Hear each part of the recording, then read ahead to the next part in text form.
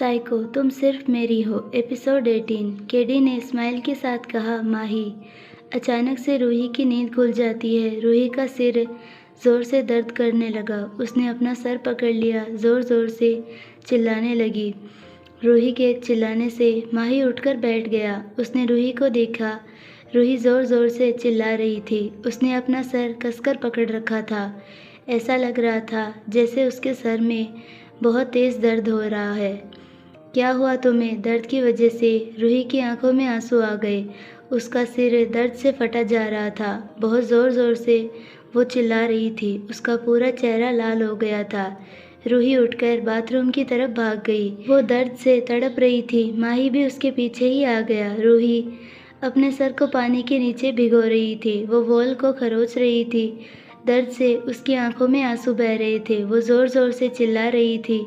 माही को कुछ समझ नहीं आ रहा था। वो रूही के पास आ गया। माही ने रूही को अपने सीने से लगा रखा था। रूही को इतना तड़पता देखकर वो बौखला गया था। धीरे धीरे रूही ज़मीन पर बैठ गई। वो अभी भी ज़ोर ज़ोर से चिल्ला रही थी। उसने अपना सर पकड़कर रखा हुआ था। रूही जैसे पागल ही हो गई थी। वो माही की गर्दन पर अपने नाखून चुभाने लगी थी। माही, हाँ मैं यही हूँ। लेकिन माही उसे छोड़ नहीं रहा था। वो रूही के सर को सहला रहा था। रूही माही का नाम पुकारने लगी। माही, हाँ मैं तुम्हारे साथ ही हूँ। Relax, calm down. माही। रूही की आवाज़ धीरे धीरे कम होने लगी। वो माही का नाम बुदबुदा रही थी। रूही ने माही को ज़ोर से गले लगा लिया। माही उसके सर को सहला रहा था। धीरे धीरे रूही बेहोश हो गई। उसकी आवाज़ कम होती चली गई। माही ने उसका चेहरा थपथपाया। रूही। आज पहली बार माही की ज़ुबान लड़खड़ा रही थी। आज उसके चेहरे पर कुछ खोने का डर दिख रहा था। माही ने रूही को उठाया, उसे बेडरूम में वापस लेकर आ गया। उसने रूही को बेड पर लिटा दिया। माही ने अपना फ़ोन उठाया। फ़ोन पर माही ने गुस्से से चिल्लाते हुए कहा, सिर्फ 15 मिनट में सारी डॉक्टर्स की टीम यहाँ होनी चाहिए, फास्ट। इतना कहने के बाद उसने कॉल कट कर दी। माही रूही के सिर पर हाथ फेरने लगा। करीब सुबह के 3 बज रहे थे। 15 मिनट में सारे डॉक्टर्स की टीम माही के महल में पहुंच गई थी। सभी हाँफ रहे थे क्योंकि माही ने सिर्फ 15 मिनट में उन्हें आने का टाइम दिया था और माही का महल शहर से दूर था। आकाश को पता था कि वो डॉक्टर्स को यहाँ कैसे लेकर आया, वरना कल का सूरज उसके नसीब में ना होता। 15 मिनट में सारा हॉस्पिटल माही के महल में मौजूद था। रूही का चेकअप चल रहा था। माही उसके पास ही मौजूद था। उसने रूही का हाथ पकड़ा हुआ था। रूही के बालों में हाथ फेर रहा था। रूही की फुल बॉडी चेकअप हो रहा था। खासकर उसके ब्रेन का टेस्ट हो रहा था। तभी एक डॉक्टर माही के पास आया। उसने माही को ग्रीट किया। उसके हाथ में एक्सरे रिपोर्ट थी। क्या मैम के साथ पहले भी ऐसा हुआ है क्या? उन्हें ऐसा दर्द पहले भी महसूस हुआ है? माही ने अपना सर ना में हिला दिया। पिछले 2 साल में रूही के साथ ऐसा कभी नहीं हुआ। क्या कोई सीरियस प्रॉब्लम है? माही ने पूछा। क्या कभी मैम का कोई सीरियस ऑपरेशन हुआ है? कोई ब्रेन ऑपरेशन या कोई हार्ट ऑपरेशन? माही ने डॉक्टर की तरफ देखा। कहना क्या चाहते हो तुम? साफ साफ कहो, टेल मी। तभी एक फीमेल डॉक्टर उस सीनियर डॉक्टर के पास आई। उसने उसे कोई रिपोर्ट दी। उस senior doctor John American specialise था। वो रिपोर्ट को हैरानी से देख रहा था। ऐसा कैसे हो सकता है? वो खुद में ही बुदबुदाया। अब माही बेचैन हो गया था। उसने सख्त लहजे में कहा, टेल मी। उस डॉक्टर ने हैरानी से बोलना स्टार्ट किया। मैम के ब्रेन से बुलेट निकाली गई है। उनका ब्रेन ऑपरेशन किया गया है। माही के कान में बुलेट शब्द गूंजने लगा। माही ने पूछा, बुलेट? डॉक्टर ने कहा, यस बॉस। डॉक्टर ने सरल शब्दों में बोलना स्टार्ट किया। सही मायनों में इस ऑपरेशन में लोगों की मौत हो जाती है। अगर यह ऑपरेशन सक्सेसफुल हो भी जाए, पेशेंट की मेमोरी लॉस हो जाती है। उसे अपनी पिछली ज़िंदगी का कुछ याद नहीं रहता। माही की आंखें बड़ी बड़ी हो गई। उसने रूही की तरफ हैरानी से देखा। माही ने रूही का हाथ कसकर पकड़ लिया। माही ने पूछा, इसके सर में जो दर्द हो रहा था? तभी डॉक्टर ने आगे बोलना स्टार्ट किया। ये ज़्यादा स्ट्रेस लेने की वजह से हुआ। शायद मैम ने अपने ब्रेन पर कुछ ज़्यादा ही फोर्स यूज़ की। इस वजह से उनके ब्रेन में दर्द होना स्टार्ट हुआ। ये उनकी हेल्थ पर इफ़ेक्ट करेगा। मैम ज़्यादा स्ट्रेस ना ले, अदरवाइज़ उनकी जान भी जा सकती है। टाइम के साथ ये प्रॉब्लम सॉल्व हो जाएगी। शायद उनका ऑपरेशन 2 साल पहले हुआ था। वक्त के साथ ये प्रॉब्लम सॉल्व हो जाएगी, बस वो अपने माइंड पर फोर्स यूज़ ना करे। उनकी मौत या फिर वो कोमा में भी जा सकती है। ये 100% पॉसिबल है। माही की उंगलियां कांप गई। दूसरी तरफ एक आदमी ज़ोर ज़ोर से चिल्ला रहा था। ऐसा लग रहा था जैसे उसे टॉर्चर किया जा रहा हो। वो अधमरा हो गया था, फिर भी किसी को उस पर दया नहीं आ रही थी। तभी उसके पास चलती हुई 2 लड़कियां आई। उन्होंने हाथ में अपने बॉडीगार्ड्स को रोकने का इशारा किया। वो लड़कियां कोई और नहीं, सोना और रिया थी। रिया ने डेविल स्माइल के साथ कहा, पता नहीं साला किस चमड़ी का बना है, इतना टॉर्चर करने के बाद भी इसकी जान इसके शरीर से निकल ही नहीं रही। निकलेगी कैसे? शिव डोबरीवाल का नमक खाया है इसने। वीरेंद्र खुराना की जान ले सको, तुम्हारी इतनी औकात नहीं। उस आदमी ने गुस्से से कहा। रस्सी जल गई लेकिन बल नहीं गया, सोना ने डेविल स्माइल के साथ कहा। वीरेंद्र ने गुस्से से कहा, जब केडी हमारे सामने नहीं टिक पाई तो तुम लोग क्या करोगी? केडी की कोई भी छोटी बहन हमारा कुछ नहीं बिगाड़ सकती। क्या नाम था उसका? नूर। तभी रिया और सोना ज़ोर ज़ोर से हंसने लगी। वो आदमी दोनों की तरफ देख रहा था। वो काफ़ी कमज़ोर लग रहा था। तभी वो दोनों रुकी। उन दोनों ने एक दूसरे की तरफ देखा, डेविल स्माइल के साथ कहा, और वीरेंद्र की तरफ देखा जैसे वो कोई बेवकूफ़ हो। वीरेंद्र भी उनके देखने का मतलब समझ रहा था। तुम्हें किसने कहा केडी मर चुकी है? तुम मुझे बेवकूफ़ नहीं बना सकती। केडी जैसी शक्ल होने से कोई केडी नहीं बन सकता, सोना ने डेविल स्माइल के साथ कहा। तूने बिल्कुल सही कहा, हर कोई केडी नहीं बन सकता। केडी जिंदा है। वीरेंद्र के फेस का रंग उड़ गया। नहीं नहीं, ऐसा नहीं हो सकता। केडी मर चुकी है। उसके सर के बीचों बीच बुलेट लगी थी, फिर वो जिंदा कैसे हो सकती थी? वीरेंद्र ने अपनी घबराई हुई आवाज़ में कहा। उसकी आंखों में दहशत साफ दिखाई दे रही थी। इतना क्यों घबरा रहा है? इतना सुनते ही तेरी हालत बद से बदतर हो गई, वीरेंद्र ने हंसते हुए कहा। तुम मुझे बेवकूफ़ नहीं बना सकती। वो लड़की केडी हरगिज़ नहीं हो सकती। वो खुद को नूर। तभी उसकी बात बीच में काटते हुए सोना ने कहा, नूर हमारी केडी की छोटी बहन थी। फिर ये नूर कौन है? वीरेंद्र ने कहा। सोना ने उसकी तरफ देखते हुए एक डेविल स्माइल की। सोना ने बोलना स्टार्ट किया। उस दिन केडी जब शिप से नीचे पानी में गिर गई, वो बहती हुई एक किनारे के साइड जा लगी। वो आदिवासियों का इलाका था। उन लोगों ने केडी को वहाँ से उठा लिया। किस्मत का खेल तो देखो, उन लोगों ने केडी का ट्रीटमेंट किया, नेचुरल थेरेपी यूज़ की। केडी होश में तो आ गई, लेकिन उसके ब्रेन में वो बुलेट अभी भी मौजूद थी, जिस वजह से उनके सर में दर्द हुआ करता था। केडी वहाँ पूरे 4 महीने थी। केडी को जब होश आया, वो फिज़िकली ठीक हो चुकी थी। वो लगभग ठीक हो चुकी थी, लेकिन उनके माइंड में जो बुलेट थी, उनकी वजह से उन्हें दर्द हुआ करता था। उन आदिवासियों ने केडी को ठीक तो कर दिया, लेकिन वो बुलेट केडी के माइंड में ही थी। केडी ने अपनी मौत को मात दे दी। जब तक केडी के माइंड से बुलेट नहीं निकाली गई, तब तक केडी को सब याद था। वो बदले की आग में जल रही थी। केडी ने हम सब से कांटेक्ट किया। जब हम लोग वहाँ पहुँचे, हमें यकीन ही नहीं हो रहा था कि केडी जिंदा है। केडी को लेकर हम सब वहाँ से हॉस्पिटल पहुँच गए। वहाँ डॉक्टर ने केडी को उनके माइंड से बुलेट निकालने का सजेस्ट किया, लेकिन केडी अपनी ज़िद पर अड़ी थी, क्योंकि उन्हें डर था कहीं ऑपरेशन होने के बाद वो सब कुछ भूल ना जाए।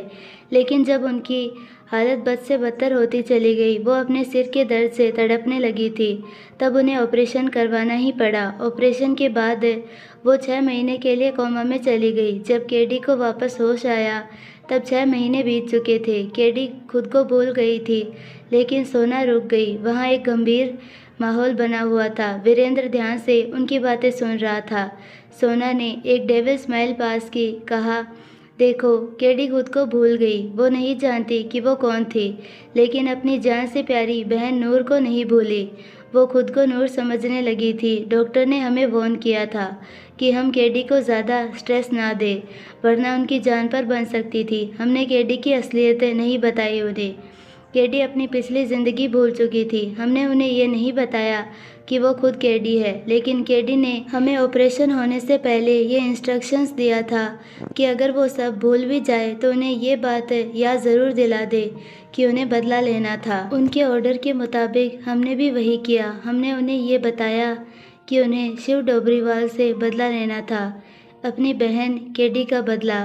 वो खुद को नूर समझती है, लेकिन केडी ये नहीं जानती कि वो खुद का ही बदला ले रही है। वो नूर नहीं, वो केडी है, underworld mafia queen, the great KD. सोना ने वीरेंद्र के चेहरे की तरफ देखा, जिसके चेहरे का रंग पीला हो गया था। सोना हल्का हंसी। इतना सुनते ही तेरे चेहरे का रंग उड़ गया। ये सोच कि अगर केडी को सब कुछ याद आ गया कि वो नूर नहीं केडी है, तब क्या होगा। जब वो खुद को नूर समझती है, तब उसने तुम्हारा ये हाल कर दिया। अगर केडी को सब याद आ गया, तब तुम्हारा क्या होगा। सोना ने सख्त लहजे में कहा, सब जानते हैं कि केडी सन की है, सी इज़ अ साइको। जब वो खुद की मौत को धोखा दे सकती है तो वो क्या क्या कर सकती है। केडी अपनी क्रूरता के लिए जानी जाती है, रिया ने कहा। वीरेंद्र की तरफ देखते हुए कहा, वैसे तुझे याद तो होगा ही, 2 महीने पहले शंभू की मौत। वीरेंद्र ने हैरानी से उनकी तरफ देखा, अपने गले से घूंट उतारा। रिया ने इविल स्माइल के साथ कहा, तू कैसे भूल सकता है, आखिर वो तेरा ही साथी था, शिव डोबरीवाल का लेफ्ट हैंड। सही समझा तू, उसे किसी और ने नहीं, केडी ने मारा था। वीरेंद्र ने कहा, ऐसा कैसे हो सकता है, शंभू 6 महीने पहले से लापता था। तभी सोना ज़ोर ज़ोर से हंसने लगी, तुम्हें उसकी लाश नहीं मिली, तुझसे भी बदतर मौत दी थी उसे। तुम लोगों को क्या लगा क्या हुआ होगा। हमने रात उसे वहाँ से उठवा लिया, वो हमारी कैद में था। वीरेंद्र के पैर कांपने लगे, उसके चेहरे पर डर साफ दिखाई दे रहा था। खौफ उसके तन बदन में गौद गया। तभी पीछे से एक मर्दाना आवाज़ आई, किसी ने सच ही कहा था, औरतों के पेट में कोई बात नहीं पचती। मीनाक उनकी तरफ आ रहा था। सोना रिया ने घूरकर मीनाक की तरफ देखा, तुम कहना क्या चाहते हो जो तुमने सुना। इस तरफ महल में सुबह के 6 बज रहे थे। रूही आराम से बेड पर सो रही थी। माही बेड के साइड बैठा हुआ था, उसकी आंखें भी बंद थी, लेकिन उसने फिर भी रूही का हाथ थाम रखा था। रूही की नींद खुल गई, वो धीरे से उठकर बैठने लगी। उसकी नज़र माही पर गई, अब उसके सर में दर्द नहीं हो रहा था। माही बेड से टेक लगाकर बैठा हुआ था। रूही अपनी बड़ी बड़ी आंखों से उसकी तरफ देख रही थी। अचानक से रूही माही के ऊपर लेट गई। रूही ने माही का चेहरा देखा, उसकी नज़र ना चाहते हुए भी बार बार माही के पतले होठों पर चली जाती। रूही अपना चेहरा माही के चेहरे के करीब ले जाने लगी। उसने अपने दांतों के नीचे माही का निचला होठ दबा दिया। माही की आंखें खुल गई। रूही हड़बड़ा गई। रूही ने अपना मुंह दूर किया। माही ने उसके गाल को अपने अंगूठे चलाते हुए कहा, आर यू ओके। उसने रूही के माथे को चूमा। रूही टुकुर टुकुर उसे ही देखे जा रही थी। माही लगातार उसके माथे और गालों को, उसके लिप्स को चूमे जा रहा था। माही रूही को अपने सीने से लगा लिया। रूही को कुछ समझ नहीं आ रहा था, वो बस हताश थी। रूही को कुछ रिजेक्ट ना करता देख माही ने उससे पूछा, क्या तुम ठीक हो, तुम्हें कहीं दर्द हो रहा है क्या। रूही ने अपनी गर्दन हाँ में हिला दी। कहा, रूही ने शर्माते हुए कहा। माही ने उसके शर्माते हुए चेहरे को देखा। माही के होठ के कोने मुड़ गए। अभी थोड़ी देर पहले तुम क्या कर रही थी। क्या किया मैंने, रूही ने मासूमियत से पूछा। तुमने मेरे होठों पर बाइट की, वो मुझे भूख लगी थी। ओह, इसीलिए तुम मुझे खा रही थी। रूही के गाल जलने लगे। मैंने तुम्हें कितनी बार उठाया, लेकिन तुम उठ ही नहीं रहे थे, रूही ने झूठ बोलते हुए कहा। माही ने उसे घूरा। ये छिपकली साफ साफ झूठ बोल रही है। लेकिन माही ये भी जानता था कि रूही को भूख बिल्कुल बर्दाश्त नहीं होती। माही ने रूही की तरफ देखा। क्या सोच रही हो तुम, मुझे लगता है मैंने तुम्हें कहीं देखा है। माही ने अपनी छोटी छोटी आंखों से रूही की तरफ देखा। रूही हड़बड़ा गई। ये उसने क्या बोल दिया। उसने तुरंत अपने मुंह पर हाथ रखा, अपनी गर्दन इधर उधर हिलाने लगी। माही ने रूही को अपनी बेनी आंखों से देखा। रूही की नेक के पीछे से पकड़ते हुए उसका चेहरा अपने एकदम सामने लाते हुए, इन दिनों मैं तुमसे काफ़ी पोलाइट था। वो मेरी ज़ुबान लड़खड़ा गई। ओह, तुम्हारी ज़ुबान लड़खड़ा गई, तो तुम चाहती हो कि तुम्हारी ज़ुबान ना रहे। रूही हैरान रह गई। उसने झट से अपने मुंह पर हाथ रखा। माही से दूर चली गई। माही ने उसे गुस्से से देख रहा था। रूही ने माही की गुस्सैल आंखें देखी, जैसे वो उसकी बॉडी के अंदर छेद कर देगा।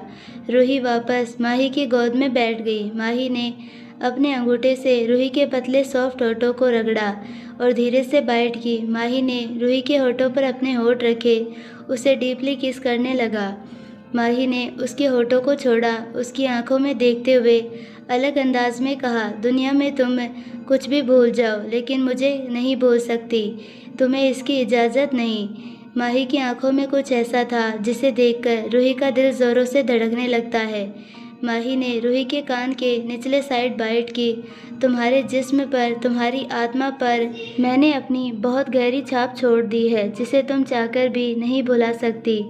माही के लहजे में सनक थी। उसकी आवाज़ में उसकी दीवानगी साफ जाहिर हो रही थी। रूही को अपनी बॉडी में सिरहन महसूस हुई। माही के शब्दों से उसके खून के अंदर एक अजीब सी हलचल मचने लगी थी। एहसास वो खुद भी नहीं जानती थी, लेकिन माही का ये पागलपन उसे बहुत अच्छा लग रहा था। उसके अंदर एक सुकून सा भर रहा था। माही ने रूही के बालों को उसके कान के पीछे करते हुए उसके कान में धीरे से फुसफुसाते हुए कहा, अभी बहुत दर्द हो रहा है क्या? रूही के गाल जलने लगे। उसने हैरानी से माही की तरफ देखा। माही की आंखों में उसे प्यास महसूस हुई। वो इसका मतलब समझ रही थी। माही ने रूही को बेड पर लेटा दिया और उसके ऊपर आ गया। उसे पागलों की तरह चूमे जा रहा था। रूही के हाथ उसके बालों में थे। रूही की मीठी मीठी सिसकियां वहाँ गूंजने लगी। माही उसमें मसरूफ़ था। माही ने उसके चेहरे की तरफ देखा। रूही की पकड़ ब्लैंकेट पर मजबूत थी। माही उससे दूर हो गया। कुछ समय तक जब रूही ने कोई हरकत महसूस नहीं की, उसने अपनी आंखें खोली। माही से उसकी नज़र मिली। माही बेड से नीचे उतर गया। रूही उसे देख रही थी। रूही माही से नाराज़ थी। माही ने उसकी नाराज़गी भांप ली। उसके चेहरे पर एक कातिलाना मुस्कान फैल गई। उसने रूही को किसी बच्चे की तरह उठा लिया और उसे बाथरूम में ले गया। रूही का सर माही के सीने से लगा हुआ था। माही रूही के बालों में हाथ घुमा रहा था। रूही ने माही के सीने पर काटा। माही ने उसकी नोज़ को खींचते हुए कहा, नोटी लड़की। रूही ने मासूम सा चेहरा बनाते हुए कहा, मुझे भूख लगी है। माही ने उसकी पीठ को सहलाते हुए कहा, ओके। उसके माथे को चूमा और रूम से बाहर चला गया। माही के जाते ही रूही उठकर बैठ गई। रूही ने माही के साइड से सिगरेट निकाली और बालकनी की तरफ चली गई। रूही सिगरेट के कस ले रही थी। वो स्विमिंग पूल को देखते हुए यही सोच रही थी। वो माही की तरफ झुकने लगी है। माही का टच उसे अच्छा लगने लगा है। पहले तो ये सब इग्नोर कर दिया करती थी, लेकिन अब क्या? वो माही के आसपास से खुद को अलग सा महसूस करती थी। माही जल्लाद था। वो एक क्रूर आदमी था। वो उसे हर्ट करता था, लेकिन उसके बावजूद वो उससे नफरत नहीं कर पा रही थी। वो खुद नहीं जानती थी। कहीं मुझे उससे मोहब्बत नहीं, हरगिज़ नहीं। मेरी डिक्शनरी में मोहब्बत जैसा लफ्ज़ नहीं। मैं किसी को खुद की कमज़ोरी नहीं बनने दूंगी। मेरी ज़िंदगी का बस एक ही मकसद है, सिर्फ डोबरीवाल की तबाही। उसे खून के आंसू ना रुलाए तो मैं भी केडी नहीं। रूही खुद भी नहीं जानती थी कि उसने गुस्से में खुद को नूर नहीं केडी बोला है। यहाँ क्या कर रही हो तुम? रूही घबरा गई। उसने तुरंत सिगरेट स्विमिंग पूल में फेंक दी। रूही घूमी। माही उसकी तरफ आ रहा था। तुम सोई नहीं? मुझे नींद नहीं आ रही। माही की भौहें सिकुड़ गई। क्यों, तुम थके नहीं? क्या मेरी परफॉर्मेंस अच्छी नहीं थी? रूही के गाल जलने लगे। बेशरम, क्या पूछ रहा है? रूही माही के सामने से निकलकर रूम की तरफ जाने लगी। माही को लगा शायद वो अच्छा नहीं था। ऐसा क्या? सचमुच उसके अंदर वो बात नहीं रही। वो खुद से बुदबुदाया। माही ने रूही को पीछे से उठा लिया। रूही हड़बड़ा गई। माही ने उसे घूरते हुए, मैंने कुछ पूछा, क्या मैं अच्छा था? क्या हुआ इसे? बार बार वही सवाल। माही ने घूरते हुए, टेल मी। नहीं, तुम अच्छे नहीं थे, रूही ने चिढ़ते हुए कहा। उसका चेहरा पूरा लाल हो गया। माही ने रूही को नीचे उतार दिया। उसका चेहरा थामते हुए उसे घूरने लगा और सीधा रूम से बाहर चला गया। रूही को कुछ समझ नहीं आया। उसकी नज़र खाने पर गई, वो सब कुछ भूल गई। वो टेबल के पास जाने लगी, तभी उसके पेट में दर्द हुआ। उसने अपने पेट को सहलाया और खाना खाने लगी। वो मन ही मन माही को कोसे रही थी, ठरकी, इतना दर्द हो रहा है। माही अपनी बिजनेस ट्रिप पर चला गया। रूही अपने मकसद को अंजाम देने में लगी हुई थी। करीब 2 महीने होने को आ गए थे, लेकिन उस दिन से माही रूही के करीब नहीं आया। इसी बीच माही ने रूही को महल में घूमने की परमिशन दी थी। आई होप आपको ये पार्ट पसंद आया होगा। अगर पसंद आया है तो प्लीज़ वीडियो को लाइक, शेयर और चैनल को सब्सक्राइब ज़रूर कीजिए और बेल आइकन नोटिफिकेशन को ऑल पर सेलेक्ट कर दीजिए, ताकि हमारी सारी वीडियोज़ की नोटिफिकेशंस आपको मिलती रहे। और मिलते हैं नेक्स्ट पार्ट में, तब तक के लिए बाय।